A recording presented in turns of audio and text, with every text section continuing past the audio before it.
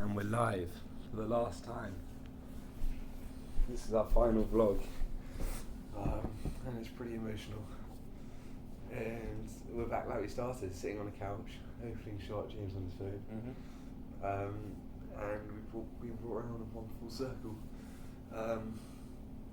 And yeah, it's weird, this one, because I feel like every time before there was this, it was really easy to harness of energy for the vlog and get excited about the next day and whatever and about the day we just had. But this vlog we're filming the morning, so the day after we arrived in DC, and for once, literally the first time in the past couple of months, we don't have that driving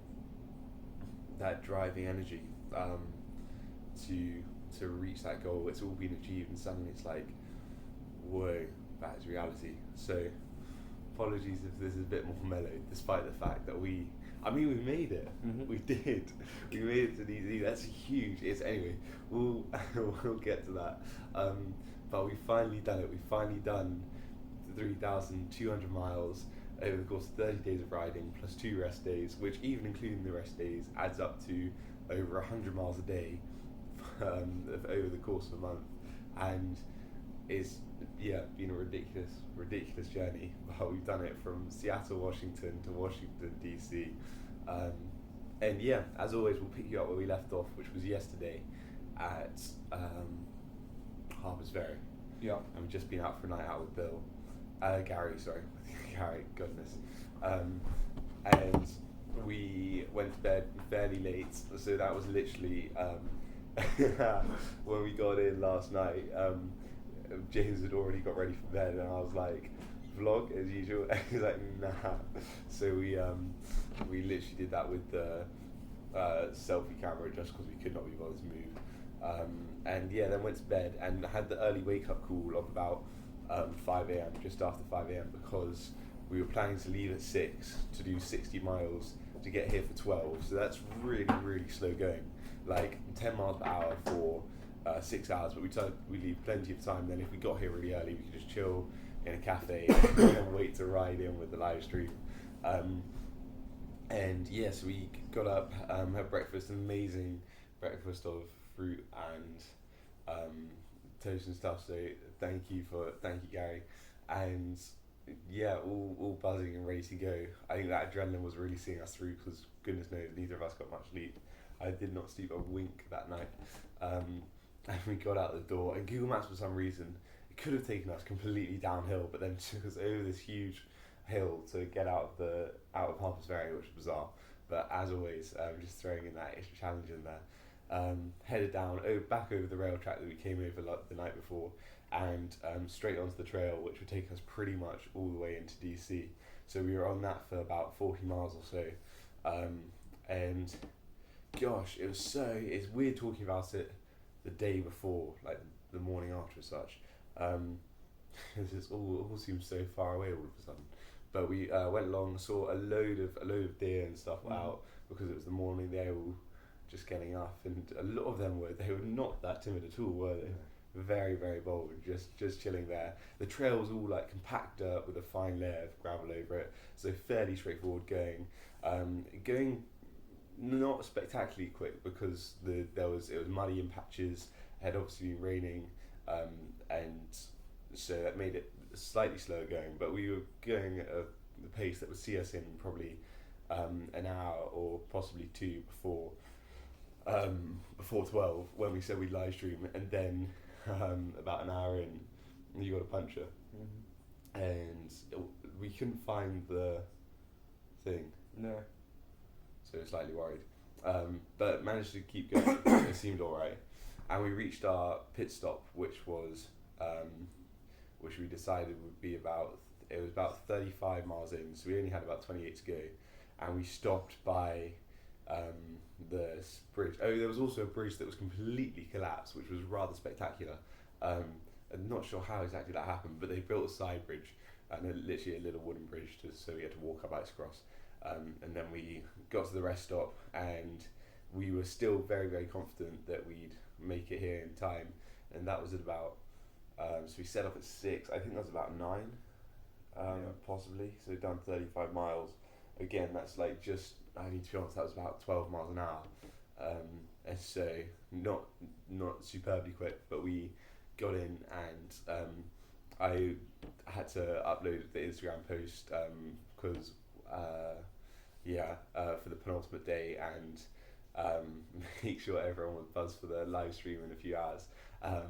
But we got out of there as quickly as possible because there were so many mosquitoes. We thought it was lovely because the bench was right down by the river. It's on this camping site. There are a load of them. There was a well pump for the water, which produced some really weird yellow water, and there was because it was by the river, there were so many mosquitoes. So we were getting bitten alive. That's why I'm kind of like itching myself all over as I say this. And so we got out of there as promptly as possible. Carried on our way, and gosh, I really can't remember anything from yesterday at all. Oh, we saw some owls. The owls was cool. We saw some cranes. We saw some. What are the white ones with the orange beaks? The storks, maybe. Yeah, possibly. So some storks and some frogs as well, were just chilling on the ground, like hopping along, doing their thing. And we were, because physically this wasn't a tough day at all. Completely flat. We've done literally all the hard work. So we're ticking along quite nicely before the disaster struck again. And this time it was your back tire again. Yeah. But we found the. Yeah, smaller piece of something like that. Yeah, and we. So this was getting worrying at this point because James was out for inner tubes, so again had to dig into my reserves, and it was. So again that was another stop, and it was out in the sun by this point. The heat of the day was starting to come through, and the humidity with it by the river, so with all the mosquitoes. An ant came scarily close to James, which looked big and red and angry, and all the cyclists were out as well by this point. It was quite cool cycling by the track because all the cyclists were camping there. So because DC is such like a hub, got some really nice cycling tracks, and as well that's where everyone starts or ends their journey. So we've seen more and more as we come in, but managed to fix that. Carried on our way, and we got into DC, and so this was after a long while on the trail, and I was literally bricking it. Like my stomach was churning, and I think it must have just been the nerves of getting in or something, because I was really worried I might need an extra trip to the loo. But it held out, and we got into, and also my big gear wasn't working, like the big change. So I was on the lower gear, just continuously spinning all the time. And we got into DC, and there were some lovely roads. They were just really well tarmacked, and that was such a nice relief, especially after we were a bit worried it would be similar to Chicago. Really easy to navigate. One really keen cyclist came whizzing by us, who looked like he spent just every single hour of every day in the sun, because he was so tanned and very, very skinny. So he looked like a really keen cyclist, and stormed by us. And we were just kind of carrying on, running a bit close to the time, but we should have got in for about 11:30 before we were about halfway through the city on the way there. And so we left the trail with about 20-ish miles to go, possibly even less than that. Like 15. Oh yeah, it's 15.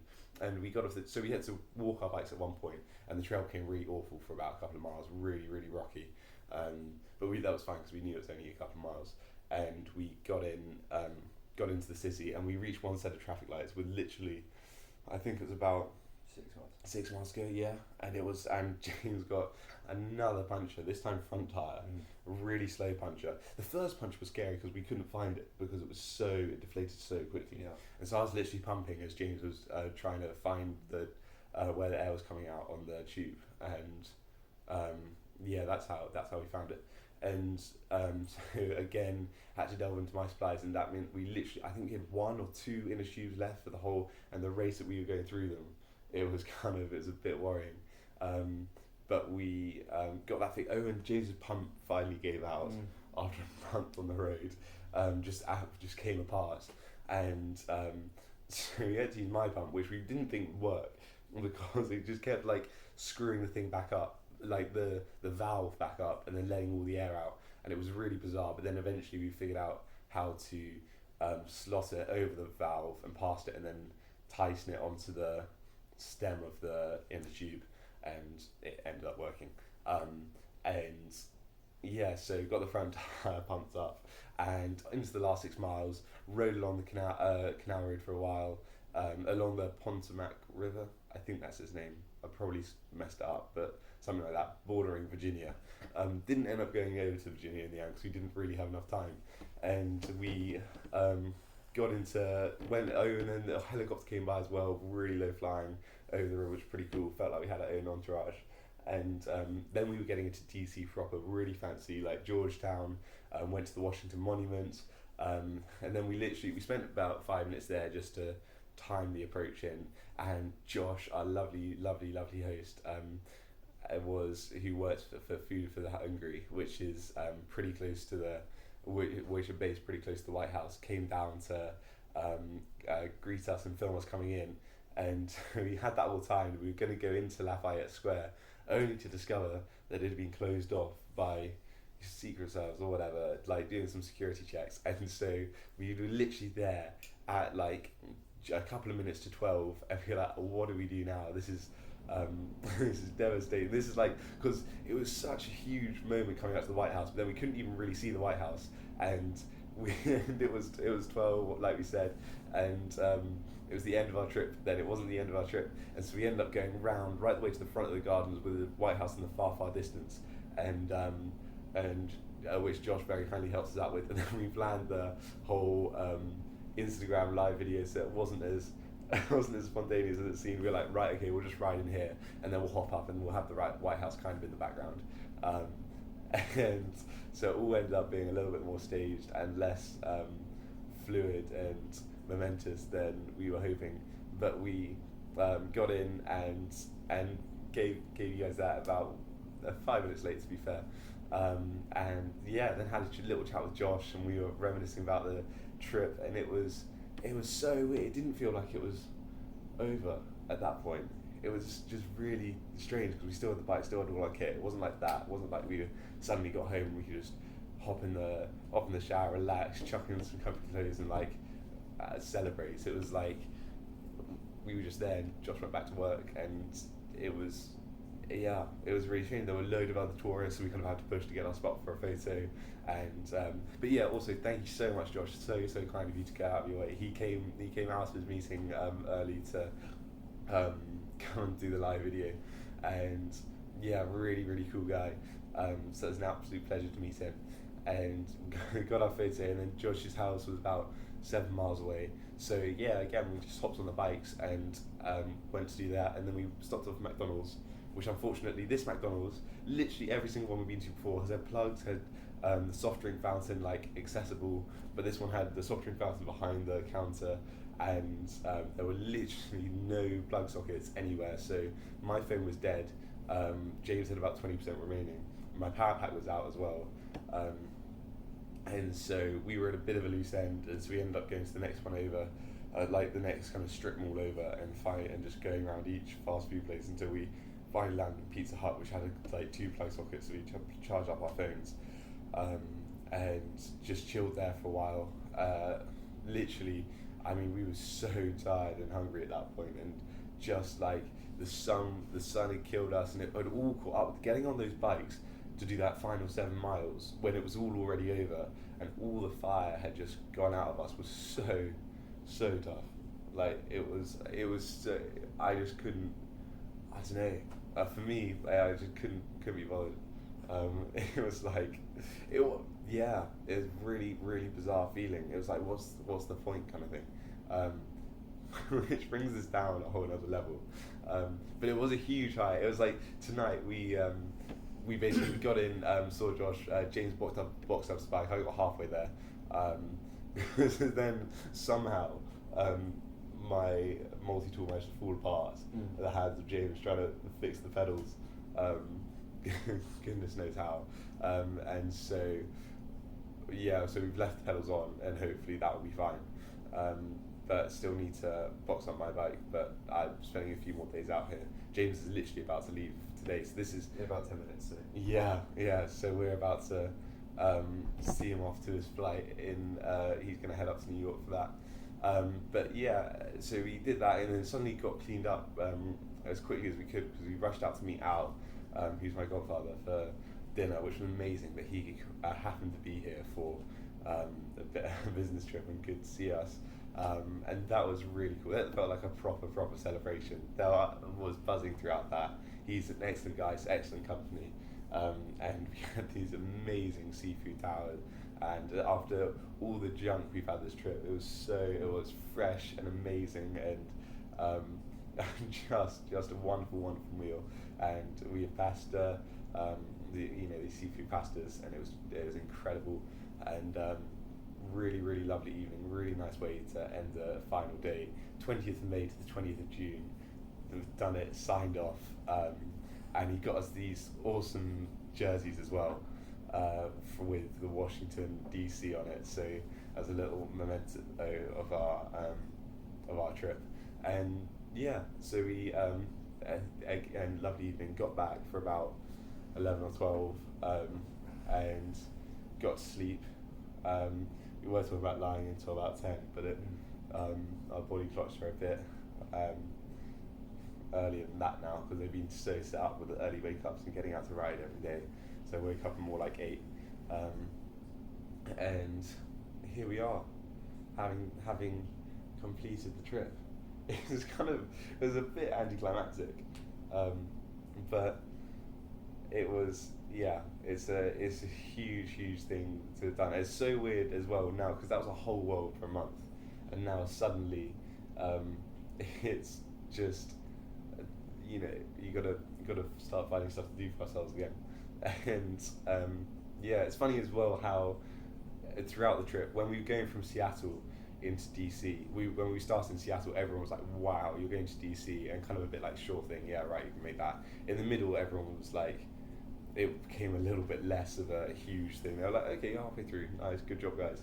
And then getting into DC, like Gary didn't think we'd make it to Harvest Ferry in time, and getting into DC, everyone just, like, again, the whole reaction to the trip has picked up again, especially having actually done it, which is incredible. So that's a really cool feeling to have, and because suddenly you pinch yourself, because we only did 60 miles in, and it doesn't feel like you've done 100 miles a day for a month, and then people are like, whoa, you did 100 miles a day for a month, and it's like, yeah, we did.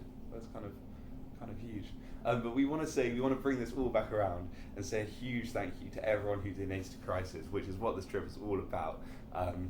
This huge physical challenge to raise awareness for this amazing charity, who help people out of homelessness and sustain a life out of homelessness, giving them interview skills and job qualifications to have a sustained income and